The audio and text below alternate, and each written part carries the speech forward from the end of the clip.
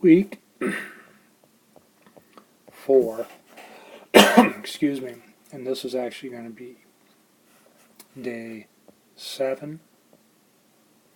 And then later on, day 8. Okay. Intro to programming logic, quiz, evaluation, look it over, look at the solution, a sequence, flowchart and pseudocode, IPO, assignment number 1, perimeter, resources. We reviewed all the different resources you have. And this is a group project. Assignment 2, payroll. We've talked a lot about IPO, input, output, and then the processing. Now I show an example of sequence. Everything pretty much straight line. I used some flowchart symbols here to represent that. Then I showed you can use a connector here and a connector here to go somewhere else on the page. You can go to different pages with your flowcharts. Here's the terminator here. Just make sure you want it to flow so it's easy to follow. Typically down and to the right. Some people will just draw a line like this, which is okay, but you want to be careful so you don't end up crossing any lines over. Pseudocode for sequence, everything's in a straight line. You have action words unless you're doing a calculation. Then you'd have a variable equal to your calculation. Calculate here, store it over here. And then we talked about make sure you have a legend with your work. Here's an example of an if-then statement. If, so your age greater than 18, then, and you notice the true part is inputted, or indented. The false part is indented. So this is on a straight line, pseudocode, and here's the false and here's the true. And there could be multiple lines in there, or more if-thens and so forth.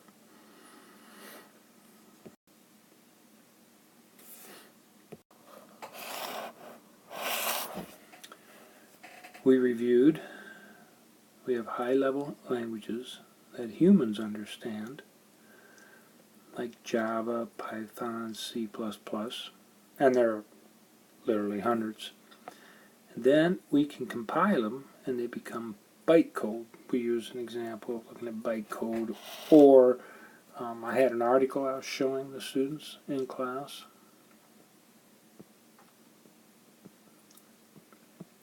Object code. And we link, we bring in software from a library, and then we get our executable.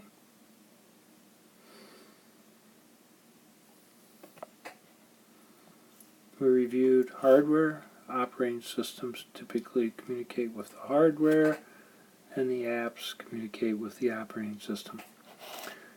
Since it's going to communicate with an operating system, you need to compile it to match the operating system it's going to run on.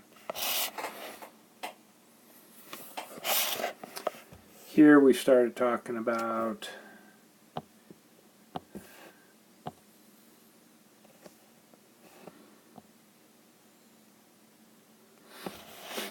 all of this work is analysis.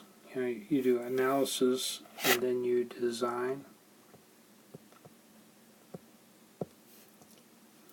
So analysis would be like when we work on an IPO and getting all that information. Design, we start to flowchart or pseudocode and put together the information from the analysis.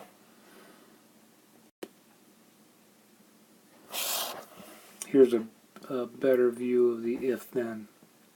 Here's the true part, here's the false part, and here's the end. If I was going to draw a flowchart for this,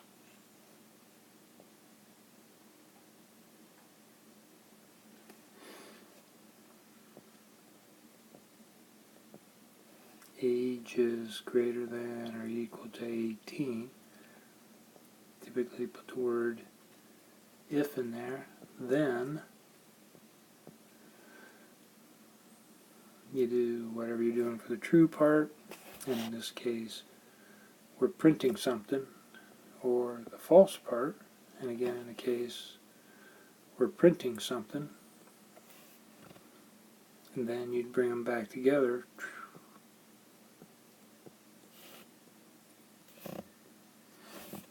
And this is the end if.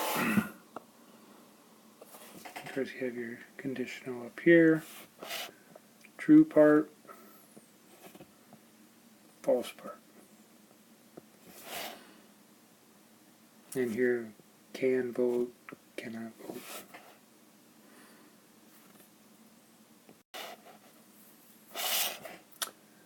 Thursday.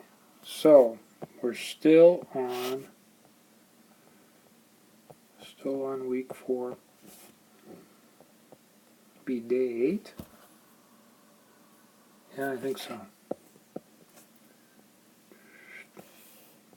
Talked about sequential design, looked at a couple problems. Those both were sequence, the perimeter problem and the payroll. That was a group problem, just finishing that up now. We looked at Python resources, a byte of Python. We've got computing circles. We started talking about assignment 2 coding. So let's get into, talked about data structures.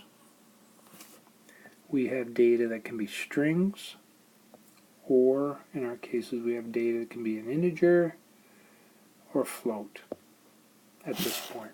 Remember, everything is bits, but those bits can be represented as characters or numeric, and actually you can use bits to represent sound and video and so forth.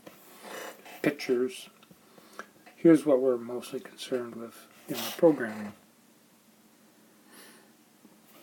And so I reviewed pay program. It's got to be in memory in order to execute it. And the instructions go back and forth to the processor. So data structures are represented as variables.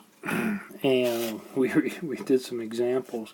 Variables represent storage areas in memory. Okay? You can't use any reserved words. You know, we don't want any spaces.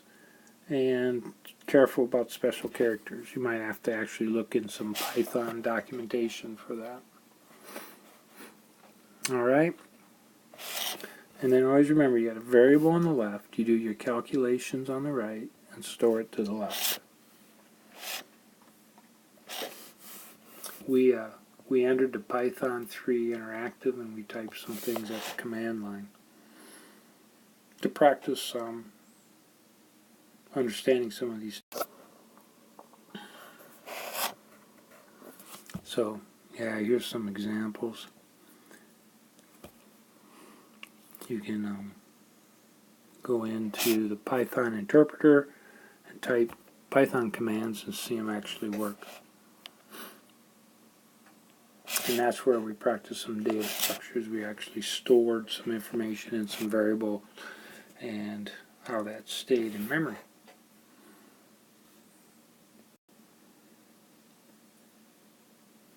Then we started talking about coding.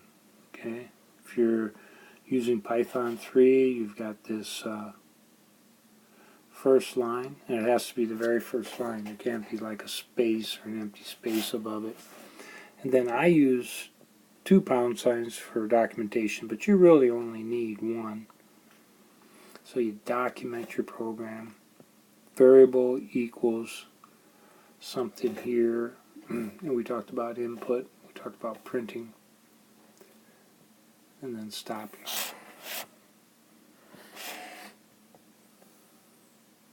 So between the byte of Python and computing circles, and there's lots of other resources. I also mentioned that when you're doing your flowcharts, if you have a box in which you're doing some work and you want to explain it, you can do this. You can draw a line here, and then you can type your text here, or write in your text that explains what's going on in that box. talked about how we name the programs. Okay. File name and give some version. And you can do it a couple different ways. First thing I always want is what assignment it is, A1, A2, A3. For example, A2 was a group assignment. Pay version 1. However you want to do that, but I want to here something to indicate you, your initials, something to indicate the program, and then you can put what version it is, and then make sure you have a PY at the end. Well, that's it.